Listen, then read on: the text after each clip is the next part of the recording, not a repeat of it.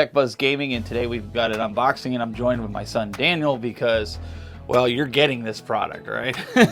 So, company reached out to me to do a review of this, and you found this product to be interesting. Why? So I can have more room for my controllers and my headset. Yeah, because right now you have it laid out across, so we're going to go from a vertical to a horizontal mode.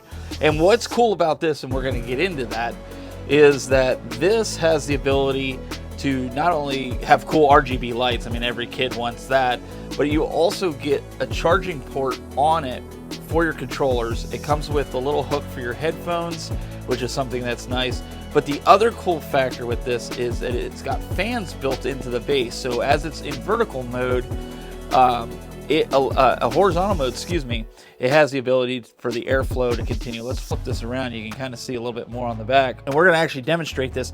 It also has USB ports on the front. So we're going to do a complete unboxing here. And we're going to set it up here in his room so you guys can see. Obviously, we'll put it in fast forward so you don't have to sit and watch us trying to set things up. But let's go ahead and open this sucker up and see what's inside. Go ahead and open that up. That's what I can. Oh. Okay, there's inside there you got your base station. Here's your little hook that's going to go on top of the PlayStation once we get that. And what do you got inside there? A manual. A manual. Okay, let's take a look at that. And there's some tape or something. And we don't need the manual right now. And then here is the base station. It's got the USB charging or the power, so we're going to plug that into your PlayStation. You've got your areas here for your controllers, and then it looks like there's some vents in there for the fans to blow, and then you have different buttons here, indicators to tell you if the controller's charged, not charged. You can turn on your RGB, turn on your fan, and then the different fan speeds that are on it. On the front, you have your USB hub power, so you can power like your phone, or if you have more than two controllers, like Daniel does. If you look here, he's got three. He's got the new Spider-Man one, he's got the Pro controller, and he's got the original one that comes with it. So he could essentially plug it in here to continue the charge. Now let's take a look on the bottom. This has this screw that we're gonna do.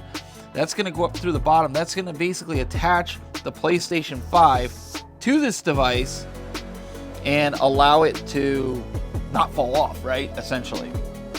So I'm looking on here to see if there's anything else that we need to see. This here is going to go around here like this and lock in there. Let's get it together now. Swagger down the street with your red lips and funky beat. You better hold your head up to the sky. I'm gonna roll with you till the day I die. Okay, so here's the clip for the headphones. Now we're probably not going to use this only because we're going to be putting this behind the TV to make it accessible, but you can see how that would go. And then you would simply plug in the front, the headphones to charge. Now he has other things plugged in here, like the one of his other controllers. So we're just going to plug it in there because we're going to need that USB port to plug in. If you want to look back here, you have this USB port to plug in there. Okay, now Daniel, go ahead and power up your PlayStation. Let's see what happens here. The lights are starting to go because the PlayStation's kicking up. Fans on full blast. Let's see if we can hit the RGB light. I don't know if oh, it is going. I see it down there. You can see the light down on the side. So I don't know if you can change colors, but yeah, you can. By pressing the RGB light, you can see it's changing colors. There's blue. It's that one. That is that one. So it cycles through. You can see it's cycling through the different colors. That's pretty cool. I don't know from the front view if you can see any of the colors. The other thing, Daniel, why don't you grab one of your other controllers? The controller, let's try to charge it on the platform. And let's see. There it starts to charge. So he can put two of his, that's probably already charged, that's why it stopped. All right, so we're gonna add his Spider-Man one here to it as well. And so now He had them plugged in, so they were probably pretty well charged. But this is pretty much what your setup's going to look like if you had it. Now, I don't know. You can see here by this, since the controller's already charged, it's green. It would be red if it's not charged. Overall, looking at this, I think it's a pretty good docking station. I think the airflow, I can kind of feel it coming up through the sides here. Daniel, see if you can feel the air coming up. Do you feel it just like ever so slightly, right? It's not overpowered. The one thing that I would say with this is a clean setup, is this. I don't like this. I don't like this for such a clean setup. I think that if I had to recommend something to the company, would be a way to either attach a charging port or a cable here, maybe, like inside the plastic, route it so you could route the cable and have this kind of come up and route it underneath, so this kind of goes around the back and down. I think that would make it cleaner, and then you could route the cable if there was a channel underneath this like they did with their USB. If you could route it, I think that would make it a little bit cleaner on the setup. But like that, it just looks messy for what it is.